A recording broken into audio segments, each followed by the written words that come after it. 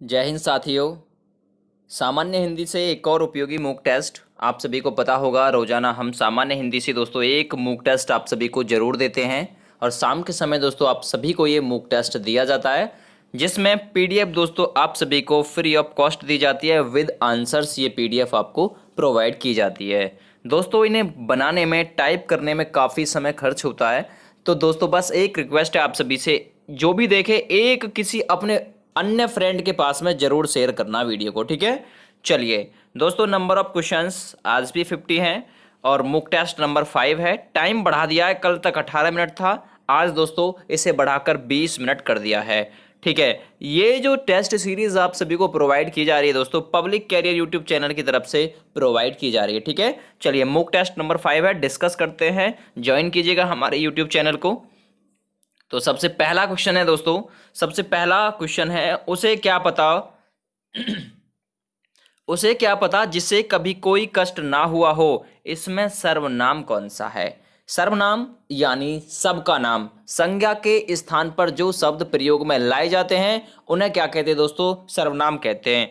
तो उसे क्या पता जिसे कभी कोई कष्ट ना हुआ हो, ठीक है, ये या फिर इसमें कौन सा सर्वनाम है दोस्तों। अब इसने क्या किया है, इसमें भाई उसके कष्ट का संबंध उसके साथ जोड़ दिया है, तो इसलिए राइट आंसर है ए ऑप्शन। यदि आपने चुना है संबंध वाचक सर्वनाम तो बिल्कुल सही है, अदरवाइज सारे ऑप्शन गलत हैं।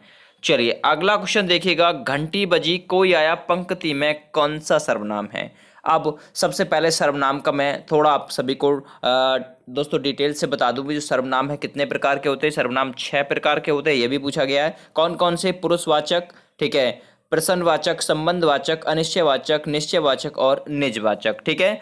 तो दोस्तों आप सभी को पता है, घंटी बजी कोई आया, कोई आया पता नहीं कौन आया, ठीक है, पता नहीं कौन आया। तो अभी मैंने आपको जो सर्वनाम का प्रकार बताया था अनिश्चयवाचक, यहां पर वो हो जाएगा बिल्कुल, क्योंकि कोई पता ही नहीं है। अगर आपको डिटेल से पढ़ना है ना ज़्यादा, वैसे तो सबने पढ़ रखे होंगे, मूक टेस्ट ही तो चल रहा है, इसमें ज़्यादा जानकारी तो मैं आप सभी को दे नहीं सकता हूँ, 20 मिनट का टाइम है, ठीक है। तो घंटी बजी कोई आया पता नहीं है कौन आया, तो कौन सा सर्वनाम हो जाएगा दोस्तों, अनिश्चयवाचक। यदि आपने लगाया तो बिल्कुल सही आंसर है, ठीक है। क्लियर हो गया। नेक्स्ट ट्राई कीजिए। अगला क्वेश्चन है, सर्वनाम के कितने भेद होते हैं। अभी मैंने आपको बताया था सर्वनाम के भेद कितने होते हैं, और थोड़ा समय आपके लिए दे रहा हूं कि भाई 5 सेकंड का समय आपके लिए, आप भी अपना 5 सेकंड में आंसर लिख सकते हैं नोटबुक पे। तो सर्वनाम के कितने भेद होते हैं दोस्तों, 6 भेद होते हैं, ठीक है। कौन कौन से होते हैं, कमेंट करके बता दीजिए सभी लोग, कौन कौन से होते हैं सर्वनाम के भेद। मैंने बता दिया आप सभी को भी थोड़ी देर समय पहले। अगला, किस क्रम में प्रश्नवाचक सर्वनाम नहीं है। जल्दी से बताइए, किस क्रम में प्रश्नवाचक सर्वनाम नहीं है।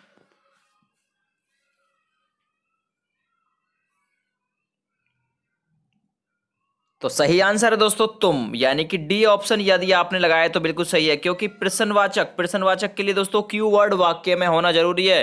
कीवर्ड कब, कौन, कहां, कैसे, ठीक है।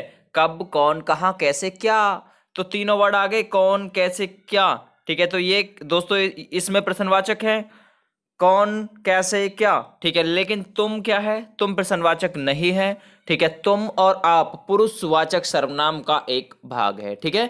क्लियर हो गया। नेक्स्ट अगला ट्राई कीजिएगा, निम्न में से संबंधवाचक सर्वनाम कौन सा है। संबंधवाचक सर्वनाम, क्वेश्चन नंबर 5, संबंधवाचक सर्वनाम छांटना है, 5 सेकंड है, जल्दी छांटिए।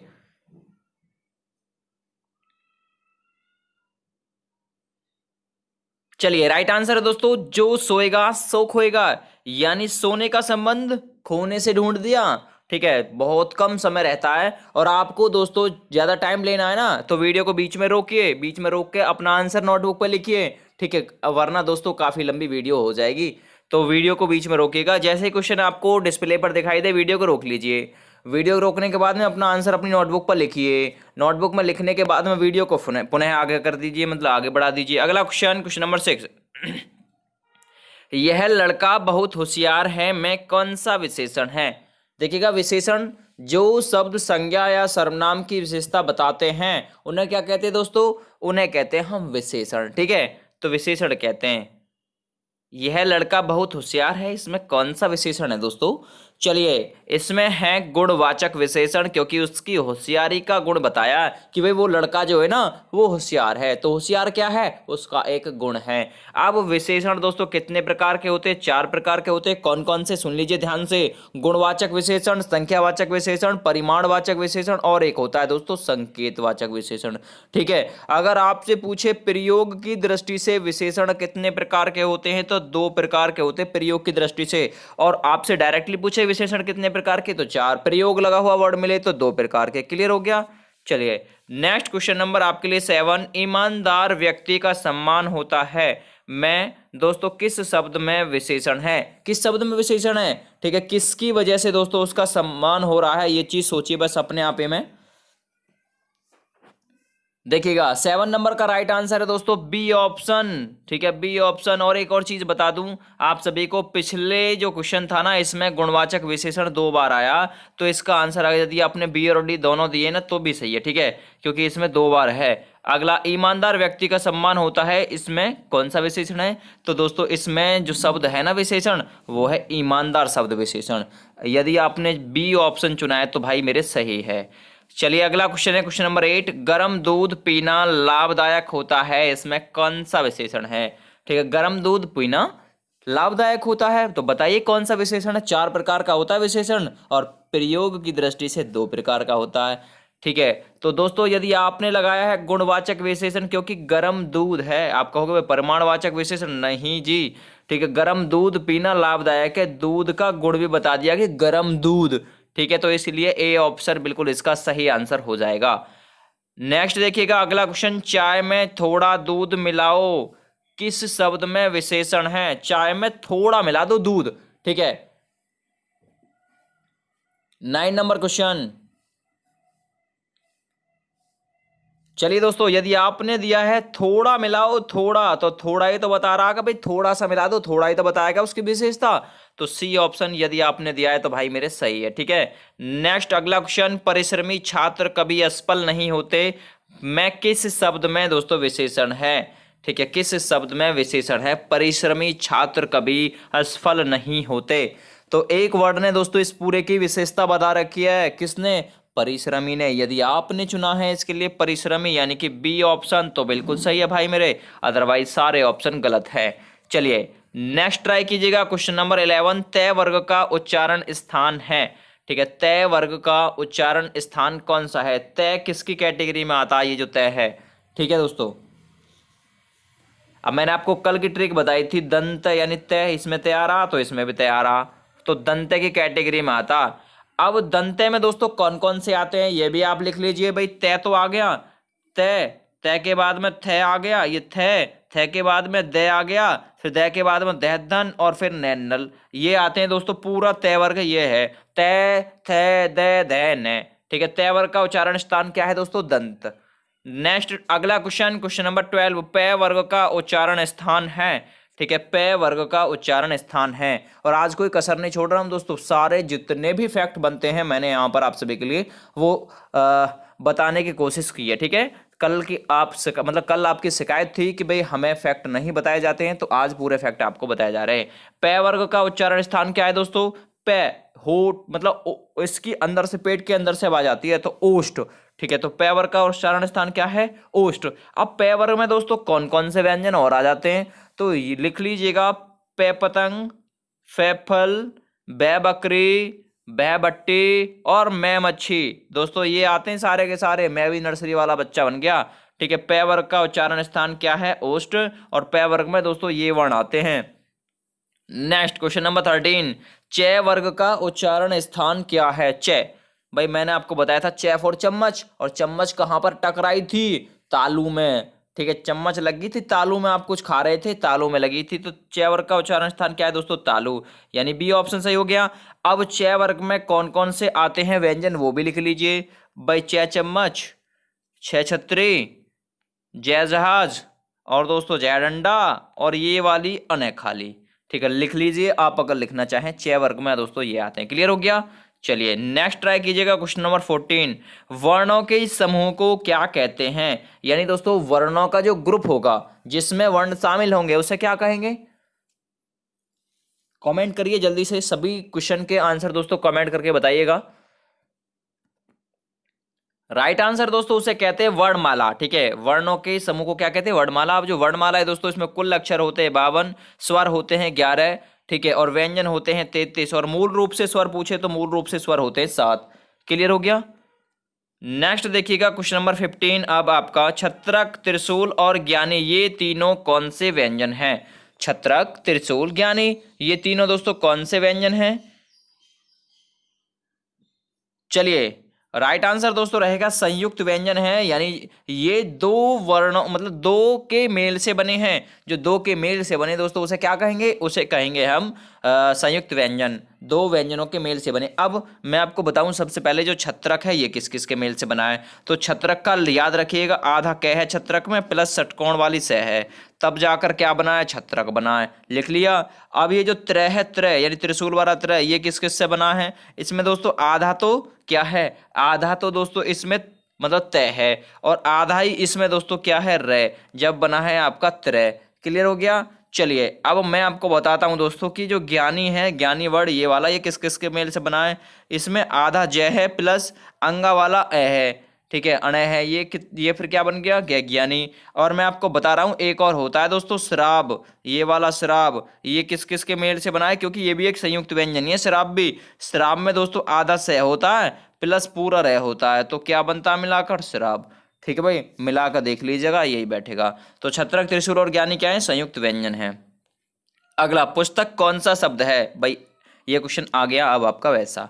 तो पुस्तक कौन सा शब्द है? Question number 16। चलिए, राइट आंसर दोस्तों अगर आपने लगाया है तत्सम, सी ऑप्शन, तो बिल्कुल सही है। अगला क्वेश्चन, क्वेश्चन नंबर 17। भाई वीडियो को रोक रोक कर हल करिएगा वरना वीडियो बहुत लंबी हो जाएगी। आग कौन सा शब्द है? आग। क्वेश्चन नंबर 17 है, आग कौन सा शब्द है? पहले अग्नि बोलते थे और अब बोल रहे हैं आग, तो यानी कि क्या है? तद्भव, यानी बी ऑप्शन बिल्कुल सही है इसके लिए। अगला क्वेश्चन है क्वेश्चन नंबर 18। पृथ्वी कौन सा शब्द है? पृथ्वी, ये पूछे हुए क्वेश्चन है सभी के सभी। तो पृथ्वी कौन सा शब्द है? Question number 18। यदि आपने लगाया है दोस्तों पृथ्वी के लिए तत्सम यानी ए ऑप्शन, तो बिल्कुल सही है भाई। चलिए नेक्स्ट देखिएगा, टेबल कौन सा शब्द है? टेबल कल भी पूछा था मैंने और रिपीट कर दिया फिर से। तो टेबल कौन सा शब्द है? 19 नंबर। भाई देखिएगा, टेबल जब कोई विदेश से आता है ना, तभी उसके सामने विदेश से आओ भाई या रिश्तेदारी से आओ तो वो भी विदेश ही होता, तो इसलिए विदेश शब्द टेबल अंग्रेजी में बोलते हैं टेबल। नेक्स्ट देखिएगा 20 नंबर, नाक कौन सा शब्द है? कल के कई क्वेश्चन इसमें मिल जाएंगे आपको, क्योंकि मैंने देखना चाहा भाई आपको आते नहीं आते। तो नाक कौन सा शब्द है? 20 नंबर। चलिए, यदि आपने लगाया दोस्तों रूढ़ शब्द, क्योंकि जितने भी छोटे शब्द हैं वो क्या होते हैं? रूढ़ शब्द। जिसका संधि विच्छेद संभव हो, ठीक है, वो क्या हो जाएगा दोस्तों? वो हो जाएगा यौगिक, जैसे पाठशाला, विद्यालय। और योग रूढ़ जो किसी तीसरे की तरफ इशारा करते हैं, जैसे कि बहुवचन समास के पूरे उदाहरण, ठीक है, सब योग रूढ़ में आएंगे। अगला क्वेश्चन देखिएगा, क्वेश्चन नंबर 21। फूल में कौन सी संज्ञा है? फूल। अब कौन सा फूल? अब आप मतलब इस पर कंफ्यूज हो गया कि भाई कौन सा फूल है। तो फूल में दोस्तों जातिवाचक संज्ञा है, क्योंकि फूल की जाति का बोध हो रहा है फूल के द्वारा। ठीक है, अगर कहता कमल का फूल तो हो जाती दोस्तों पर्सनली इंडिकेट, फिर व्यक्तिवाचक संज्ञा हो जाती। लेकिन अब बोला है फूल में कौन सी संज्ञा है, तो जातिवाचक संज्ञा है। अब संज्ञा मैं दोस्तों आप सभी को बता दूं, प्राचीन मान्यता के आधार पर संज्ञा 5 प्रकार की होती है, और आधुनिक मान्यता के आधार पर संज्ञा दोस्तों 3 प्रकार की होती है। और आपसे पूछे संज्ञा कितने प्रकार की होती है, तो आप लगाएंगे 5 प्रकार की। ठीक है, क्लियर हो गया? अब आधुनिक मान्यता के आधार पर संज्ञा 3 प्रकार की होती है, उसमें कौन कौन सा? व्यक्तिवाचक, जातिवाचक और भाववाचक। जो प्राचीन मान्यता के आधार पर संज्ञा 5 प्रकार की होती है, उसमें दोस्तों व्यक्तिवाचक, जातिवाचक, भाववाचक, द्रव्यवाचक और समूहवाचक संज्ञा होती है। क्लियर हो गया? और संज्ञा कहते किसे हैं ये तो बताना भूल गया, तो संज्ञा याद रख लीजिए। देखिए दोस्तों, किसी वस्तु, व्यक्ति, स्थान, भाव आदि के नाम को संज्ञा कहते हैं। चलिए अगला देखिएगा, ईमानदारी में कौन सी संज्ञा है? ईमानदारी, जल्दी से बताइए कमेंट करके। चलिए दोस्तों, राइट आंसर है इसके लिए भाववाचक संज्ञा, यदि आपने दिया है ऑप्शन नंबर ए तो सही है। नेक्स्ट, लंबोदर में मतलब लंबोदर कौन सा शब्द है? रूढ़ है, योग रूढ़ है, यौगिक है, या ये सभी है? तो लंबोदर का बताना आपको, लंबोदर कैसा शब्द है? भाई लंबोदर, लंबोदर किसके लिए कहते हैं? भगवान गणेश के लिए। लंबा है उदर जिसका, यानी कि जिसका पेट लंबा हो उसके लिए क्या कहेंगे दोस्तों? लंबोदर। ठीक है, तो लंबोदर कैसा शब्द हो गया? योगरूढ़, क्योंकि ये तीसरे की तरफ इशारा कर रहा। अगला देखिएगा नेक्स्ट, सोना में कौन सी संज्ञा है? सोना। देखिए अगर सेना होता, सेना ये वाला सेना, तो सेना में दोस्तों कौन सी हो जाती है? ग्रुपवाचक, क्योंकि समूहवाचक हो जाती है। लेकिन यहां पर है सोना, तो सोना दोस्तों हम बस तोल सकते हैं, माप तोल सकते हैं, लेकिन गिन नहीं सकते, तो इसलिए कौन सा हो जाएगा दोस्तों? याद रखिएगा, द्रव्यवाचक संज्ञा यानी कि मटेरियल नाउन उसमें होती है। तो डी ऑप्शन दिया है तो सही है। नेक्स्ट, मैं कौन सा पुरुष है? मैं जो है दोस्तों कौन सा पुरुष है? अब मैं किसमें शामिल होता है दोस्तों? यह पुरुषवाचक सर्वनाम के अंतर्गत आता है। मैं आपको पता है पुरुषवाचक सर्वनाम तीन प्रकार का होता है, उत्तम पुरुष, मध्यम पुरुष और अन्य पुरुष। मैं दोस्तों पुरुषवाचक सर्वनाम के उत्तम पुरुष का एक विभक्ति है, मैं और हम। ठीक है, और इसकी कारक विभक्ति दोस्तों किस में आती है? ये आती है उत्तम पुरुष में। तो मैं कौन सा पुरुष है दोस्तों? मैं और हम क्या है? उत्तम पुरुष है। ये पुरुषवाचक सर्वनाम का एक प्रकार है। ठीक है, तुम और आप मध्यम पुरुष हो। ठीक है, तुम और आप मेरे माध्यम हो, यानी कि मध्यम पुरुष हो, मीडियम हो। और अन्य में कौन कौन से आ जाएंगे दोस्तों? वह, ये, यह, वे, उनका और उनकी कारक विभक्ति दोस्तों अन्य में आ जाएगी। ठीक है, जब मैं और मेरी बात आएगी ना, मेरी और हमारी बात आएगी तो उत्तम पुरुष होगा। जब आपकी आपकी और तुम्हारी बात आएगी तो क्या होगा दोस्तों? मध्यम पुरुष हो जाएगा। जब हम दोनों मिलकर किसी अन्य के बारे में बात करेंगे तो वहां दोस्तों क्या हो जाएगा? अन्य पुरुष हो जाएगा। सर्वनाम का पता ही है आप सभी को कितने प्रकार का होता है? 6 प्रकार का होता है। उनमें से ही पुरुषवाचक दोस्तों एक प्रकार है। और पुरुषवाचक दोस्तों कितने प्रकार का होता है? 3 प्रकार का, उत्तम पुरुष, मध्यम पुरुष और अन्य पुरुष। क्लियर होगा? अगला, आप कौन सा सर्वनाम है? आप, मैंने अभी थोड़ी देर पहले ही बताया था आपको कि तुम और आप मेरा माध्यम हो, यानी कि पुरुषवाचक का कौन सा? पुरुषवाचक का भीतर से पूछे तो क्या है? मध्यम पुरुष। अगर वैसे पूछे तो पुरुषवाचक है। 27, एकथ्य कौन सा शब्द है? दोस्तों ये जो एकथ्य है ये कौन सा शब्द है? क्वेश्चन नंबर है आपके लिए 27, एकथ्य कौन सा शब्द है? 5 सेकंड है, जल्दी से बताइए।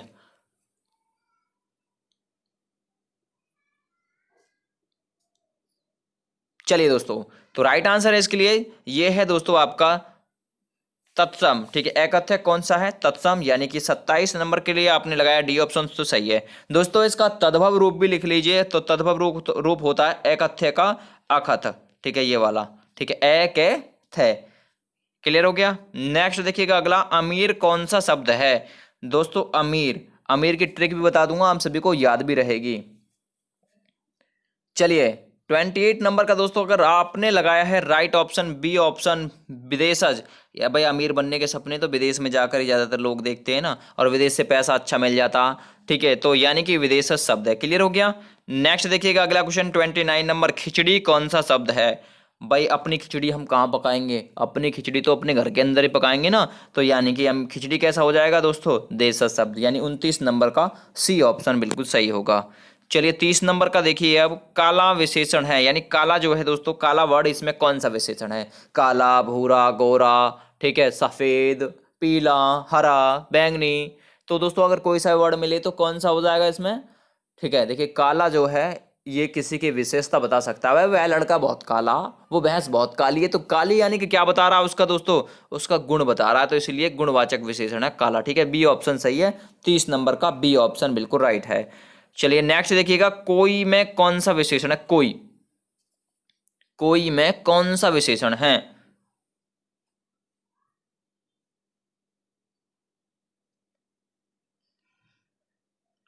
चलिए 31 नंबर का दोस्तों राइट ऑप्शन आपने लगाया है सार्वनामिक विशेषण, तो बिल्कुल सही है दोस्तों। ठीक है, सार्वनामिक विशेषण इसका बिल्कुल राइट आंसर बैठेगा। नेक्स्ट, तुम नाच रहे हो, इसमें कौन सा काल है? ठीक है, तुम नाच रहे हो, ये कौन सा काल है? 32 नंबर। चलिए दोस्तों, तुम नाच रहे हो यानी कि अब कार्य कर रहे हो, तो ये कौन सा वर्तमान काल अगर आपने लगाया बी ऑप्शन तो सही है। नेक्स्ट ट्राई कीजिएगा अगला क्वेश्चन, वाच्य कितने प्रकार के होते हैं? 33 नंबर, वाच्य कितने प्रकार के होते हैं?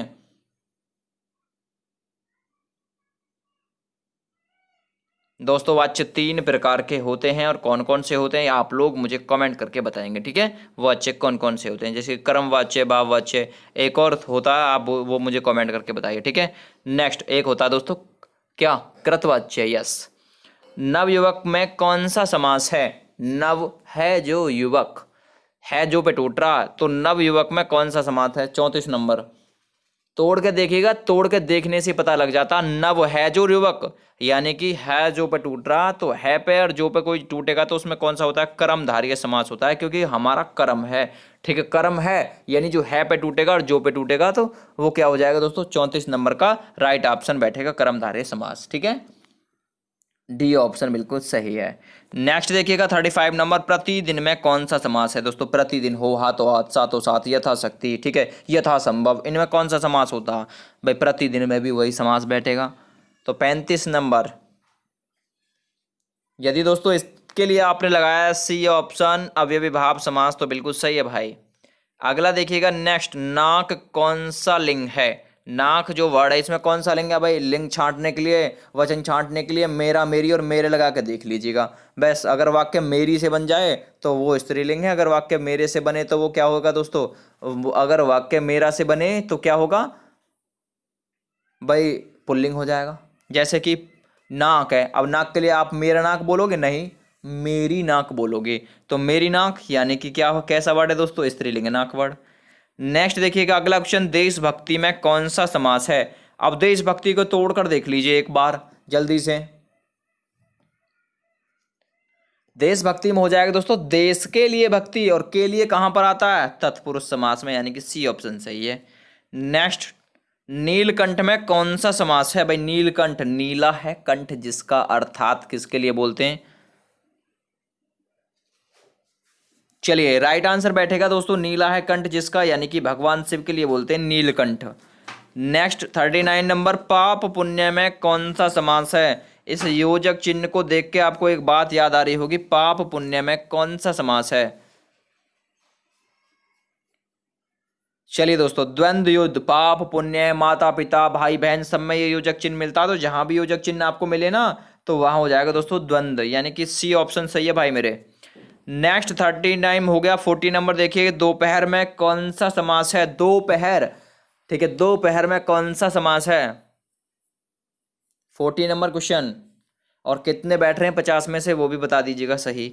तो दोपहर में यानी दो का आंकड़ा आ गया, संख्या का बोध हो गया, तो यानी कि द्विगु समास हो गया, ठीक है।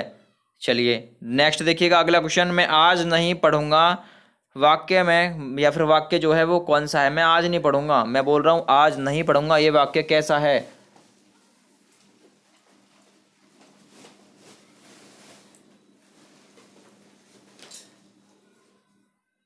चलिए राइट आंसर रहेगा मैं आज नहीं पढ़ूंगा, निषेधवाचक वाक्य है, बी सॉरी ए ऑप्शन सही है इसके लिए, ठीक है, निषेधवाचक, क्योंकि नहीं की बात आ रही है, मैं बता रहा हूँ आज नहीं पढ़ूंगा। नेक्स्ट 42 नंबर, ओहो यह पिट ही गया, ये वाक्य कौन सा है? आपको पिट गया आपके सामने यार, ओहो ये पिट गया, ठीक है, ये कैसा है? पिट तो गया लेकिन आपको क्या हुआ? पिटने के बाद फिर दुख हुआ, तो यानी कि क्या है दोस्तों? विस्मयवाचक है, विस्मय यानी कि दुख, ठीक है। तो जब कोई ये वर्ड आपको कहीं भी किसी के साथ में मिले तो वहां पर विस्मय लगा दीजिएगा। नेक्स्ट, यदि तुम चलो तो मैं भी चलूं, ये कल पूछा था आज भी पूछ रहा हूं, यदि तुम चलो तो मैं भी चलूं, कौन सा वाक्य है? मैं आपको संकेत दे रहा हूं, यदि तुम चलो तो मैं भी चलूं, यानी कि संकेत वाचक है, बी ऑप्शन लगाया तो सही है भाई। अगला देखिएगा 44, वे अपने काम में सफल हों, ये वाक्य कैसा है? वो भी अपने काम में सफल हों, या वह अपने काम में सफल हो, सीता अपने काम में सफल हो, मोहन अपने काम में सफल हो, तो क्या जाहिर कर रहे हैं हम? इच्छा जाहिर कर रहे हैं अपनी कि भाई वो अपने काम में सफल हो जाएं, तो यानी कि डी ऑप्शन सही है बिल्कुल। अगला देखिएगा 45 नंबर, रस भरा में कौन सा तत्पुरुष समास है? देखिएगा कर्ता ने कर्म को करण से, ये सब आएंगे यहाँ पर, तो रस से भरा, तो फिर से कर लीजिए, कर्ता ने कर्म को करण से, करण से यानी कि करण तत्पुरुष है, सी ऑप्शन अगर आपने लगाया तो सही है। नेक्स्ट देखिएगा 46 नंबर, स्वर्ग प्राप्त में कौन सा तत्पुरुष समास है? स्वर्ग, कर्ता ने कर्म को, स्वर्ग को प्राप्त, स्वर्ग प्राप्त का संधि विच्छेद करिए, स्वर्ग को प्राप्त यानी कर्ता ने कर्म को, यानी कि कर्म तत्पुरुष हो जाएगा, यानी कि डी ऑप्शन बिल्कुल इसके लिए सही बैठेगा 46 नंबर का, डी ऑप्शन बिल्कुल राइट है। दोस्तों मुझे कमेंट करके जरूर बताइएगा, कल फिर से आप सभी को एक उपयोगी मॉक टेस्ट 50 क्वेश्चनों का दिया जाएगा। यथासंभव में कौन सा समास है? यथासंभव, ठीक है, यथाशक्ति, प्रतिदिन, हाथों हाथ, दिनों दिन, रातों रात, ठीक है, इसमें कौन सा होता है? तो आपने लगाया यदि बी ऑप्शन अव्ययी भाव समास, तो बिल्कुल सही है भाई। अगला क्वेश्चन 48 नंबर, वीणा पानी में कौन सा समास है? ठीक है, वीणा पानी में कौन सा समास है? अब वीणा पानी किसके लिए बोलते हैं, ये थोड़ा सोच लीजिए अपने दिमाग से। जैसे कि दशानन के लिए क्या बोलते हैं? दसमुख बाला, ठीक है। देन रावण के लिए क्या बोलते हैं? दशानन बोलते हैं। तो ऐसे ही वीणा पानी किसके लिए बोलते हैं? तो वीणा पानी बोलते हैं दोस्तों सरस्वती के लिए। तो क्या हुआ, किसी तीसरे की तरफ इशारा किया ना वीणा पानी ने, किसके लिए बोला? सरस्वती के लिए। तो बहुब्रीहि समास यदि आपने लगाया तो बिल्कुल सही आंसर है। अगला 49 नंबर, दुअन्नी में कौन सा समास है? दुअन्नी, ठीक है, दुअन्नी, दो का आंकड़ा आ रहा, दुअन्नी। चलिए 49 का अगर आपने लगाया द्विगु समास, क्योंकि दुगन्नी में आ रहा, दुअन्नी, दो का आंकड़ा, ठीक है, तो दो का आंकड़ा आ रहा जब संख्यावाचक है तो उसमें रहता द्विगु समास, क्योंकि द्विगु में भी दो, मतलब दो का सा इशारा मिलता है उसमें भी। अगला लास्ट क्वेश्चन, पद बंध कितने प्रकार के होते हैं? सबसे पहले दोस्तों ये सुन लीजिए कि पदबंध होता क्या है। देखिएगा, जब दो या दो से अधिक शब्द या पद नियत क्रम और निश्चित अर्थ, मतलब अर्थ से कार्य करते हैं तो उन्हें पदबंध कहा जाता है। और ये जो पदबंध है ना दोस्तों, ये 3 प्रकार का होता है। तो ऑप्शन नंबर बी बैठेगा इसके लिए, सी नहीं, ठीक है। बी ऑप्शन बिल्कुल इसके लिए राइट ऑप्शन बैठेगा, ठीक है। पदबंध मैंने आपको बता दिया किसके लिए कहते हैं। अब आप सभी को आज की आंसर की दिखा दूं मैं, और आपको ये टेस्ट कैसा लगा मुझे कमेंट करके जरूर बताइएगा, ठीक है। आपके आंसर की आप सभी को दी गई है यहाँ पर। ये आंसर की आप सभी को प्रश्नों के नीचे भी दी जा सकती है। जैसे ये क्वेश्चन है ना, तो ये क्वेश्चन आप सभी को हाईलाइट करके भी पीडीएफ के रूप में दे दिया जा सकता है। लेकिन क्यों नहीं दिया जाता है भाई? आप फिर सॉल्व कैसे करेंगे यदि मैं आंसर इसी में ऐड कर दूं? तो फिर आप सॉल्व कैसे करेंगे भाई? पीडीएफ डाउनलोड करने के बाद में आप सॉल्व नहीं कर पाएंगे यदि इसमें मैं आपको आंसर सेट करके देता हूं तो। इसलिए सबसे पहले आपको अपने टेस्ट कॉल कीजिए, नीचे आप आंसर के देखिएगा, बाद में मिलाइएगा, वरना मैं यहाँ भी दोस्तों आंसर इसके फिट करके आपको दे सकता हूँ, या फिर क्वेश्चन के अकॉर्डिंग यहाँ भी दे सकता हूँ, फिर आप चीटिंगबाजी करेंगे।